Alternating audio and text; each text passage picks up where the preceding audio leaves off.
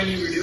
मेरा नाम है नितिन और आज मैं आपके साथ एक न्यू वीडियो लेके आया हूँ जिसमें कि आज मैं आपको बताने वाला हूँ लैब टेक्नीशियन के बारे में। अभी मैं बैठा हूँ लैब में, जो कि हॉस्पिटल की लैब है मेरी, यहाँ पे मैं बैठा हूँ। तो आज की जो वीडियो है उसमें मैं आपको बताऊंगा कि लैब का कोर्स आप कैसे कर सकते हैं, ठीक है, कितने प्रकार के लैब के कोर्स होते हैं, ठीक है, इसकी एलिजिबिलिटी क्या होती है, फीस कितनी होती है कोर्स में, मतलब कोर्स करने में फीस कितनी लगती है, और देन इस कोर्स को करने के बाद आपकी सैलरी कितनी होती है, और एक दो आपको बेसिक सबसे टॉप कॉलेज बताऊंगा जहां से आप लैब टेक्नीशियन का कोर्स कर सकते हैं, ठीक है। तो वीडियो को शुरू करने से पहले सबसे पहले मैं आपको बता देता हूँ कि लैब टेक्नीशियन होता क्या है। लैब टेक्नीशियन मतलब किसे कहते हैं। मेनली लैब टेक्नीशियन वो होते हैं जो हॉस्पिटल में लैब का काम करते हैं, ठीक है, जो कि लैब का काम करना in the sense blood sampling करना, देन उनकी जांच करना कि इस ब्लड में क्या क्या इन्फेक्शन है, क्या क्या प्रॉब्लम है इस पर्सन को, देन उस बेस पे उसको मेडिसिन देना।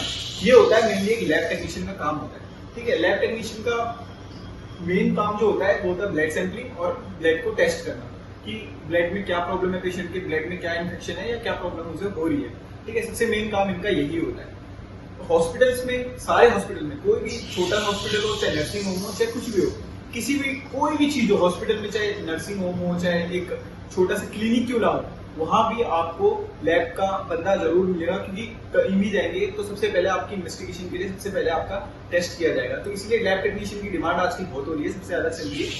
तो अब मैं आपको बताता हूँ कि लैब टेक्नीशियन का कोर्स किस तरह से होता है, किस मतलब यहाँ पे होता है। लाइक एक होता है डिप्लोमा कोर्स होता है लैब का, ठीक है, जो कि होता है आपका 2 इयर्स का, ठीक है, जिसकी मतलब एलिजिबिलिटी होती है 10+2 चाहिए होता है। एनी स्ट्रीम से आप डिप्लोमा का कोर्स कर सकते हो।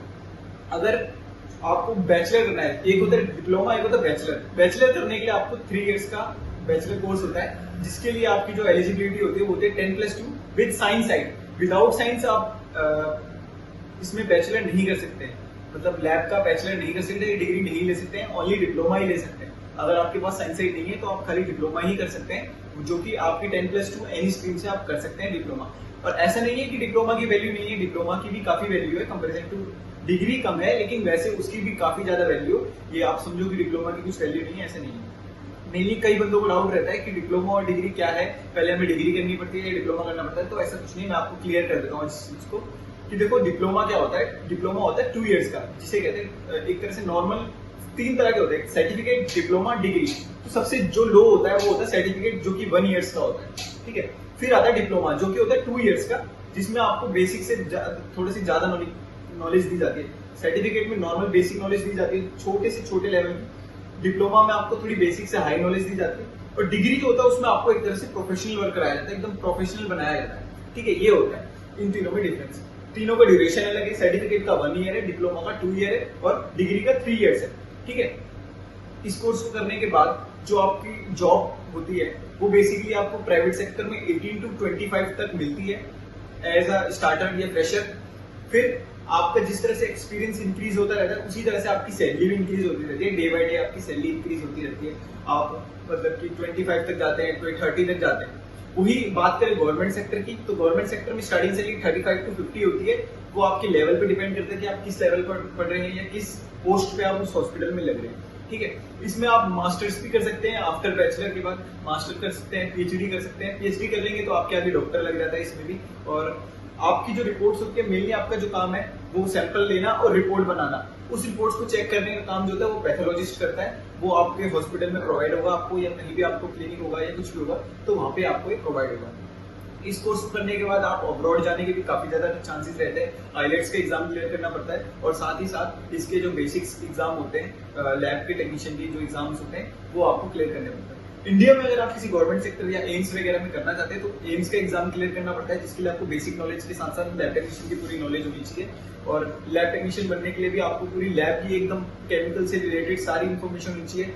मशीन्स पे वर्क करने की नॉलेज होनी चाहिए सारी, अगर आपको लैब टेक्नीशियन बनना है, ठीक है।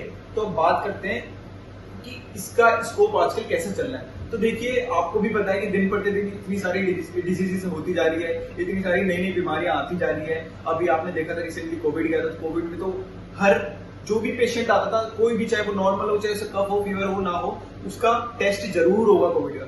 तो इसी तरह से आजकल कोई भी बीमारी आती है तो पेशेंट को अलग ही सी ही बीमारियां आजकल जनरेट हो रही है, किसी को कुछ होता है, किसी को कुछ होता है। तो हमें अगर उसकी डिसीज पता लगानी है तो सबसे पहले हमें उसका ब्लड सैंपलिंग करनी होती है। कोई भी पेशेंट आए हमारे पास, कोई भी बड़े, उसको स्टमक पेन है या कोई प्रॉब्लम है, एलर्जी हो रही है, तो सबसे पहले हम उसका ब्लड सैंपलिंग करते हैं कि इसको क्या प्रॉब्लम है, इसके ब्लड में क्या इन्फेक्शन ऐसा हो गया कि जिसके कारण इसको ये प्रॉब्लम क्रिएट हो रही है। तो इसलिए लैब टेक्नीशियन के बिना हम किसी भी डिसीज को आइडेंटिफाई नहीं कर सकते कि इसको क्या प्रॉब्लम है, और उसको मेडिसिन भी नहीं दे सकते, क्योंकि अब जब हमें पता ही नहीं कि इसको क्या प्रॉब्लम है तो हम उसको आइडेंटिफाई कैसे करेंगे कि इसको ये प्रॉब्लम है तो हम इसको ये डिसीज दे दें। तो इसीलिए लैब टेक्नीशियन का बहुत इंपॉर्टेंट रोल होता है हॉस्पिटल लाइन में, किसी भी हॉस्पिटल डिपार्टमेंट में, किसी भी चीज में डिसीज को आइडेंटिफाई करने से लेके एक हॉस्पिटल में लैब टेक्नीशियन की सबसे ज्यादा नीड होती है। ठीक है, तो अभी ये हमारी लैब है। मैं आपको यहाँ के कुछ लैब्स के इंस्ट्रूमेंट वगैरह दिखाऊंगा, मतलब मशीन दिखाऊंगा, इंस्ट्रूमेंट कह रहा हूँ, मशीन दिखाऊंगा कि कैसे ये मशीन वर्क करती है, क्या क्या इस मशीन में होता है, और कैसे ब्लड सैंपलिंग की जाती है और कैसे उनका टेस्ट होता है। तो चलो मैं आपको मशीन दिखाऊंगा। तो देखिए, ये एक हमारी बायोकेमिस्ट्री की मशीन है EM200। देखिए, ये इस तरह से होती है, कुछ इस तरह से इसमें फंक्शंस होते हैं, ये वर्क करते हैं, ब्लड सैंपलिंग को टेस्ट करते हैं। मतलब ये रोटेट करता है पूरा, और यहाँ से सैंपल निकलते हैं, और यहाँ इसका वाटर होता है जहाँ से ये केमिकल वगैरह लेता है, और फिर ये पूरी इसकी ब्लड की टेस्ट करते हैं कि क्या प्रॉब्लम है। यही साथ में इसका मॉनिटर लगा होता है जो कि हमें रिपोर्ट्स भी बताता है साथ के साथ कि क्या चल रहा है। ठीक है, ये यूरिया, HDF, LFT, KFT, ये सारे टेस्ट ये करता है। ठीक है, तो मॉनिटर में साथ ही साथ मशीन्स के साथ ही कनेक्ट होते हैं, और ये पूरा रिपोर्ट हमें हैंड टू हैंड शो भी करते रहते हैं, और देन हम उस रिपोर्ट्स को निकाल भी सकते हैं। ठीक है, और ये कुछ मशीन्स हैं यहाँ की जो कि ये देखो, ये मशीन होती है ब्लड को मतलब कि सर्कुलेट करके फाड़ती है ब्लड को, मतलब उसके सेल्स को एक तरह से कलेक्ट करती है। ठीक है, ये है मशीन हेमेटोलॉजी की। अब मैं आपको तो देखिए, ये है हमारी हेमेटोलॉजी मशीन। ठीक है, इलाइट 580। ठीक है, ये मशीन है, ये मशीन बेसिकली यूज की जाती है CBC का टेस्ट करने के लिए, प्लेटलेट्स टेस्ट करने के लिए, और ब्लड काउंट टेस्ट करने के लिए। साथ ही इसका मॉनिटर है, देखो मॉनिटर में सारी रिपोर्ट एक साथ दिख रही है, सारी रिपोर्ट्स एक साथ दिखती है, और ये ग्राफ बताता है ब्लड का हमारा जो भी है, इतना क्लियरली मुझे पता नहीं है। तो ये CBC के मेनली प्लेटलेट्स, बॉडी काउंट की, ब्लड काउंट्स का सारी रिपोर्ट ये बताती है, साथ में इसमें टेस्ट होता है, और ये test within 15 to 20 minutes के अंदर ये रिजल्ट दे देती है सारे CBC का। और साथ ही में ये देखो, लैब में वाइल्स रखी रहती हैं अलग अलग तरह की, जिसमें कि अलग अलग तरह के ब्लड सैंपल्स रखे जाते हैं, साथ में नीडल्स वगैरह भी रखी जाती हैं। ठीक है, ब्लड सैंपल कैसे लेंगे वो नीडल्स के थ्रू ही लिया जाता है।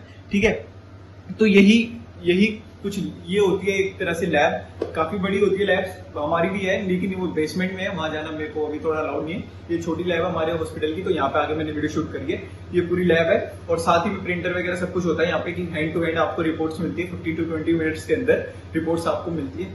और आपको मैं एक चीज बता दूं, अगर आपको कोई भी ब्लड टेस्ट वगैरह कराना हो तो आप मुझसे कांटेक्ट कर सकते हैं, मेरे इंस्टाग्राम में मुझे मैसेज कर सकते हैं। मैं आपको चीप से चीप रेट में ब्लड टेस्ट कराने की मतलब रेट्स आपको मैं प्रोवाइड करा दूंगा, कि जो भी मार्केट रेट होगा उससे सस्ते रेट में आपका ब्लड टेस्ट करवा दूंगा। ठीक है, आप मुझसे टैप कर सकते हैं इंस्टा पे। और लैब टेक्नीशियन से रिलेटेड या इसी कोर्स से रिलेटेड कोई भी इन्फॉर्मेशन आप मुझसे लेना चाहते हैं तो आप मुझसे ले सकते हैं। आप मेरे को इंस्टाग्राम पे मैसेज कर सकते हैं, और कमेंट बॉक्स में मैसेज करके मेरे से पूछ सकते हैं कि मेरे को ये प्रॉब्लम है, इस कोर्स को रिलेटेड कोई भी इन्फॉर्मेशन लेनी है, कॉलेजेस से रिलेटेड, फीस से रिलेटेड, कोई भी प्रॉब्लम हो आपको, मैं बेस्ट कॉलेज भी आपको बता सकता हूँ कि कौन से हैं और क्या इनकी फीसेज है, सारी इन्फॉर्मेशन मैं आपको दूंगा। अगर वीडियो पसंद आई तो लाइक, शेयर एंड सब्सक्राइब करें, और भी ऐसी वीडियो देखने के लिए चैनल से कनेक्ट हो। और तब तक आज की वीडियो में इतना ही बताना चाहूंगा, तब मिलते हैं नेक्स्ट वीडियो में।